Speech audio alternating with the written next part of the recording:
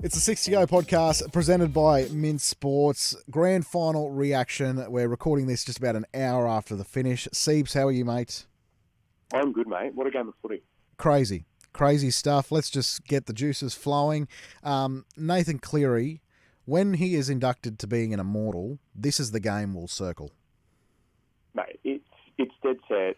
One of the best performances I've ever seen. I know I texted you not long after full time saying he's undoubtedly one of the greatest footballers ever, let alone halfbacks. Oh, and any suggestion that, this is one of the great grand final performances ever? No. We spoke the other day about people not deserving the Clive Churchill at times. Well, he certainly deserved it tonight. Let's go through the game. The first 20 minutes, God, I thought the Broncos can take a lot out of that. They defended tremendously well. They shot themselves in the foot so many times it wasn't funny. But if the Broncos were to hold on at the end there, I think that we would look back at that 20 minutes and say that's what won the Broncos the game. 100%, mate. I do think, though, that Penrith were being Penrith. So a mate of mine texted me and said, this is like one of those videos you watch where the anaconda slowly strangles its prey. Yes. And that's what it was like, because you knew that Penrith didn't really care what they did in the first 20. They knew with 15 to go that they were going to put the Broncos away, which is what they did. I just think that they had no idea that they were going to be down by 16 points with 20 to go. That was the big difference. It came from nowhere. It's almost like in that first 20, if the play wasn't 100% on, they were more than happy to just take the tackle 3 metres out. Yeah, definitely. They didn't panic, and that's what why they're such a good footy side. Because over the last few years, they've learned that they don't have to panic. It doesn't matter what happens early. It's who's on in front at full time, which 99 times out of 100 they are.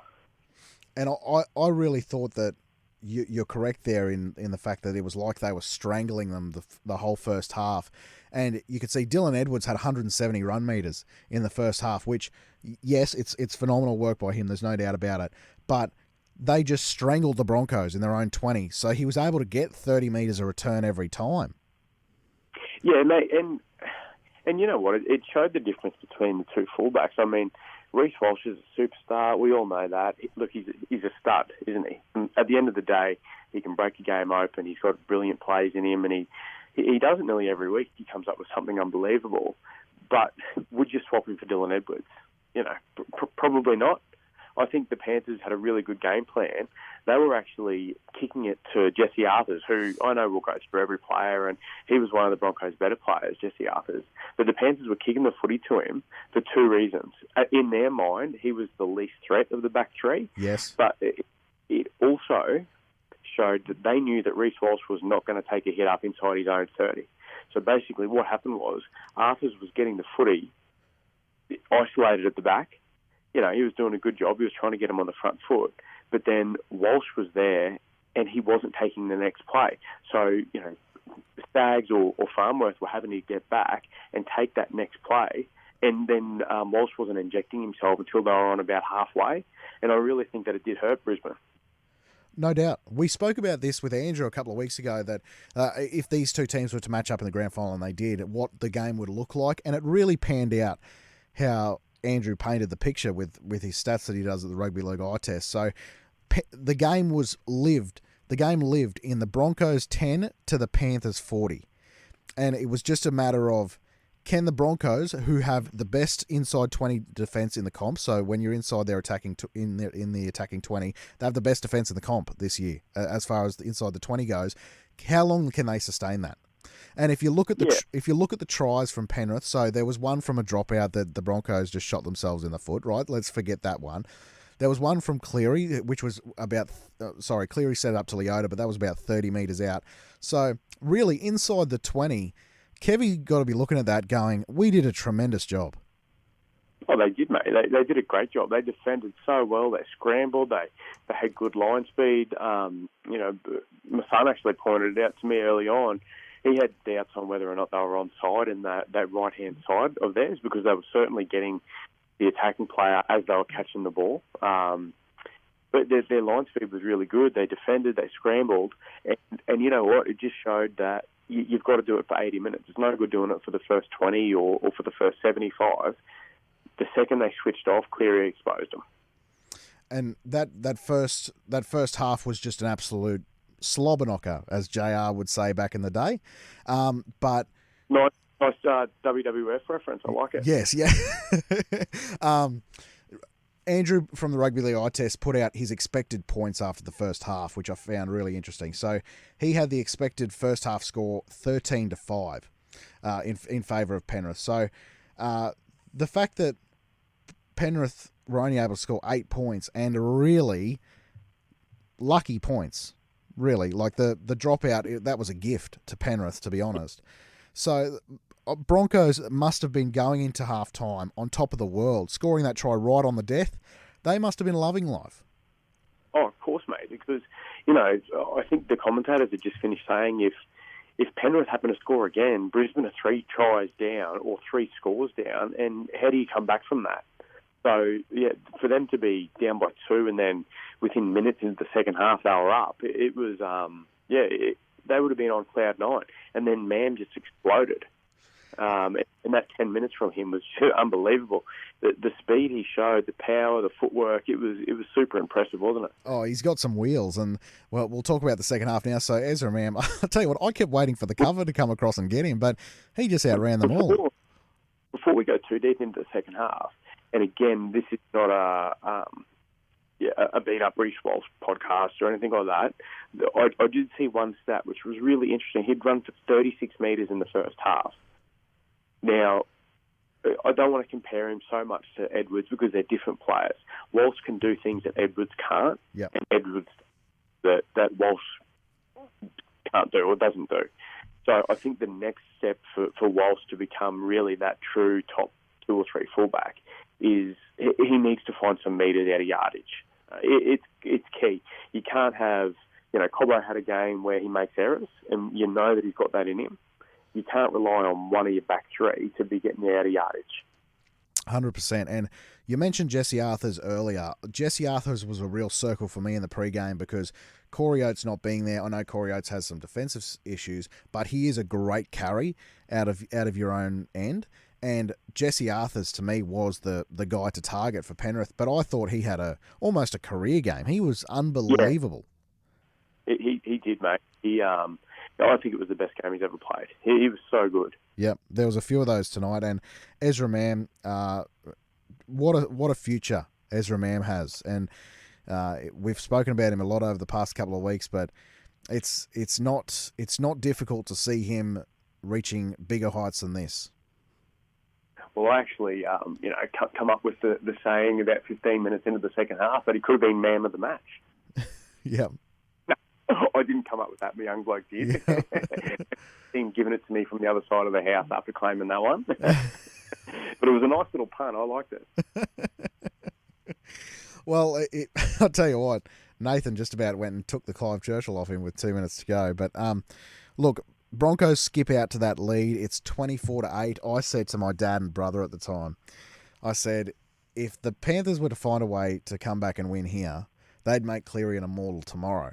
And I said it very tongue-in-cheek. I was not expecting anything close to what we saw, but there was always time for Panthers. And that's the thing. They scored their tries so quickly, the Broncos, that it just left too much time on the clock. It's like in the NFL when the Bills and Kansas City played a couple of years ago. The Bills scored in the final minute, and they left 20 seconds on the clock. And that was 20 seconds too long for Patrick Mahomes and Travis Kelce to get up the field and kick a field goal to win the game. Like, they just left too much on the clock. Yeah, I know. And it's funny, isn't it? Like, the NFL guys do that a lot, don't they? Where someone's away for a touchdown and they actually will run out. Yes. Or concede a metre from the try line because they know that they can't give the opposition one crack. And I just think that 20 minutes from Cleary, you know, the show and go and putting the palm on Capewell, setting up Leota, straight into that 40-20, like on about play 3, which showed enormous balls to even attempt it on play 3 and to pull it off. And it was probably a 30-10. He hit it that well. into, I know Crichton had to do a lot, and it was a great try, and I'm sure we'll talk about Crichton in more depth and the big moments that he has in his career on the big stage, because he constantly does it. So there was a try assist there, and then to finally ice the game with the try. I think, it was just unbelievable. And yet, the more I think about it, as I'm talking, I'm starting to think about some of the other big plays that Crichton had. There was down the left, about 40 out, where he's kicked and put the kick chase on. Physically belted Walsh and got the repeat set. Then there was another little grubber to get a repeat set on the left edge when nothing was on late in the game. So, Cleary doesn't get in the position to win it without Crichton, but undisputed, Clive Churchill, it was so good. There's no doubt about it. Stephen Crichton had a wonderful game, and a play that you missed out also. So, the Broncos were up by 4 with about 5 to go, and Broncos had a really great set to get into attacking position, and Stephen Crichton intercepted the ball. It was on the ground. It certainly wasn't one of his more grandiose interceptions that he's had in big games over the years, but the effort to get the ball back was there, and you're so right.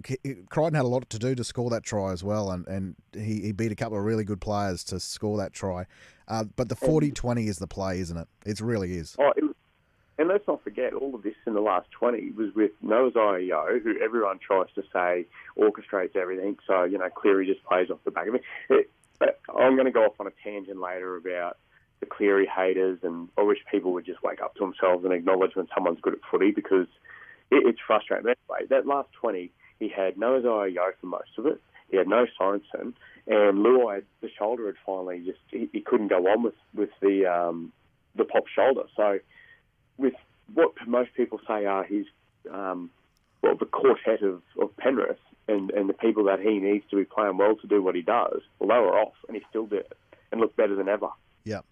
And I don't want to take anything away from the Broncos, because I know a couple of people have accused us of being Broncos haters over the time, but the Broncos were so good tonight defensively.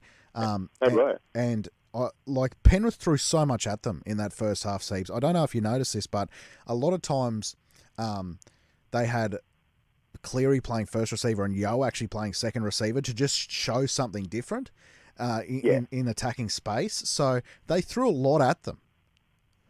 Yeah, and you think, it's going to be tough for Brisbane, how they bounce back, because you saw how Parra struggled last year after, a complete different game. Instead of getting their heart broken in the last 20, like what happened tonight, Parra got their heart broken in the opening 20 and then just took 2 months to come good the following year. It will be interesting to see how Brisbane can bounce back. But I do agree with you, mate. Penrith had to start throwing different looks, some different shape, because Brisbane defended so well. Absolutely. And we will talk about these two teams a little bit later, because I do think both of these teams lose a fair bit going into next year. And we've mentioned one of them already in Stephen Crichton. And another player that was superb tonight for the Broncos, if you take Ezra Mann's 3 tries out, I think he was probably their best, and that was Tom Flegler. He had a really great game. Yeah, and a whisker behind him is Herbie Farnworth. Herbie was good too. He was dangerous. Yep. But no, I agree with Flegler was excellent. Obviously, and we'll get there. Payne Haas was excellent. But I did think Flegler, he was really good tonight. It's one of the best games he's ever played, and I do think Herbie was very, very good. Seems if this was any other club, down 24-8 with 20 to go, mate, with the injuries that they had, mate, they were so gone. They conceded 3 tries back to back to back. Mate, they were gone for all money. How does this club just keep on keeping on? Oh, it's crazy, and it just, I know we've spoken about it as well, but it makes you just scratch your head how Ivan Cleary has never won Coach of the Year. Yep. It's just, yes, he's got the cattle there, but he loses blokes every year. Someone new comes in and he does a great job with them and just gets them up and gets them going. Yeah, and he loses the Coach of the Year to he loses the guy who won Coach of the Year, so he loses quality all around him in the coaching department as well. That's right. Yeah, I mean, he's so good. Imagine how proud you would be sitting there, and not only to win your third in a row, but for it to be your son to do what he did to win you that game. Like, it just, I can't imagine how he would be feeling. Oh, if he wants Macca's on the way home, he can get it. Let's put it that way. I did say to my wife, right, I was like, he is getting whatever he wants for breakfast in the morning. A couple of guys for Penrith I just want to touch on. Oh, actually, you know what? Let's do our top 3 players for the game. Obviously, Cleary's number 1, but who are your 2 and 3? Well, I actually did come up with a top 5. And yep. Just after full time, I was thinking to myself, because, look, we haven't even spoken about the fact that, we said it's a great game, but that's arguably now into the top 3 best grand finals in living memory. Like, for mine, that was a better game of footy than the Cowboys-Brisbane game because the first 75 minutes were excellent. Well, the first half alone was brutal. It was like an Origin game. Yeah, it was so quick. So I did say to my son, I'm like, Taj, mate, you're such a young bloke, you don't realise what you're seeing here. I want your take as well. I asked him to give me his top 5 players and what he thought of the game, because I thought it'd be interesting to throw that out there as well, just to get a 15-year-old's perspective on what could be one of the best games that we've ever seen. So, sorry, to answer your question, Cleary's number 1 for me, definitely. Yep. My number 2 was... it was a tough one because we said there was a number of blokes that played really well. I've actually got to give number 2 to Payne Haas. I thought he was so good. His work rate was phenomenal. I actually can't believe that they took him off, because it was a game where he can play 80, so why take him off? Yep. I thought that was... In a game that was so fast, Siebes, in a game that was so fast and so open towards the end, he made 40 out of 40 tackles. Yeah, and didn't look fatigued at all. Yeah. Yeah, it's a head scratcher. Yep. Who's your 3? So I had for my 3, I changed my mind a few times, but I've actually come back to Dylan Edwards. I just can't go past 300 running metres and 26 or 7 hit-ups, whatever he did. I thought he was so good. But hence, because I was tossing and umming and ahhing, that's why I've got a top 5. His runs, Steve, were so good. Like he poked through the line every time. It reminded me of Tedesco, like 3 years ago, like prime Tedesco. Like his ability to poke his nose through the line every single time he returns the ball. Oh yeah, agree, mate. Agree. It was excellent. What he lacks in ball playing, he makes up for in pure guts and determination. Yep. Who's your 4? So my 4, I have to have Ezra Mam. You can't score a hat-trick in a grand final and not be in the top 5 best players. So, while he had some moments that he'll probably regret, he was outstanding. At 20 minutes, he just took the game by the scruff of the throat and blew it wide open.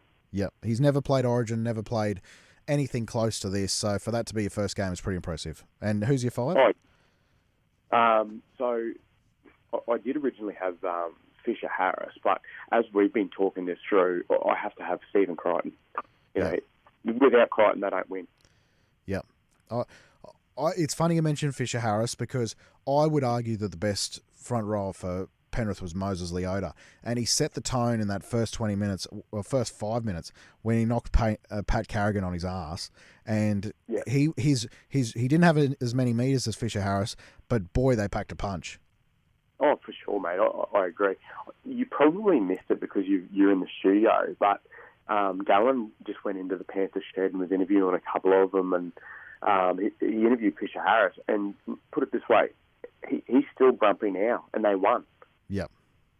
So, he's a nasty dude. He turned his eyes, flicked the switch, and he said, no, we made it personal. We weren't letting them get over us. I wanted them. Good. There's a few psychos that played tonight just quietly. Liam Martin was outstanding in the first half. One thing that when you go back and watch the game, I think that is very evident is how much emphasis Panthers put tonight on their marker defence. Their marker defence was brutal. Like, they were so good. They chased everything, no matter who was there. Yeah, I agree. Yeah, I did notice that. It was impressive. Yep, and Liam Martin, I thought ran that. Like, there was one set where the Broncos got it on the 2 metre line, and Liam Martin made the next 3 tackles for them to be on the 15. You thought, bugger me, they're on here. Like, it's pretty brutal. Just going towards the end of the game, Cleary palms off Cape Wells to set up Leota. He passed it to Crichton, who had a bit of work to do to score the try. Kicks a 40-20, and then scores the match-winning try himself, and then slots it over. I don't think it's recency bias. I do think we'll look back on this as the greatest individual performance in the history of rugby league. Yeah. And even he said it. I only hesitate because he did have a poor 10 minutes where he missed 2 tackles, where he missed Mam twice. So, probably can't talk about the greatest 20 minutes, the greatest Iceman under pressure, that performance. It's hard to think of something that equals it. But, if you're going to be critical and sit back and talk about the best performances ever, he did have that poor 10 minutes where defensively he just wasn't up to his normal standards, which I know he'd be filthy about, and he probably won't miss a tackle for the season 2024 now. A mate of mine texts me who's a massive Penrith fan. I texted him something like trouble when they were down 24-8, and he texted me back. He said, the old Arnold Schwarzenegger line, "If it bleeds, we can kill it." And it turns out the Broncos do bleed, and they can kill it. Oh, it was just too much time to go. There was 23 minutes left on the clock when they got to that lead, and while I did think to myself, Broncos they're going to win this. And then all of a sudden, Penrith score once, and you think, oh, hang on, there's 16 to go. All they've got to do is score in the next 6 or 7 minutes, and it's well and truly game on, and they did.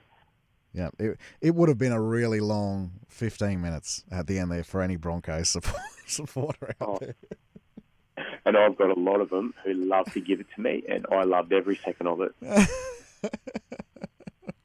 On that note, we might wrap it up. Any last thoughts? We'll do another podcast in the next couple of days, but this is just an immediate reaction. Any last thoughts? Definitely. Mate, well, the last thought, because I did, talk to Taj about it. I just thought his top 5, just to see how different it was through a young bloke's eyes. Yeah. He had Haas at 5, Slash with a bit of Leota, could easily be swapped with him. He had Crichton at 4, Fisher Harris 3, Mam 2, and Cleary 1. So, if looking at it with younger eyes, he pretty much had exactly what we had. Yeah, well, for anyone watching tonight, they saw something special. There's no doubt about that, and we'll wrap it up again in the next couple of days. Seeps, good to talk to you. Thanks, mate. This has been the 60 Go podcast.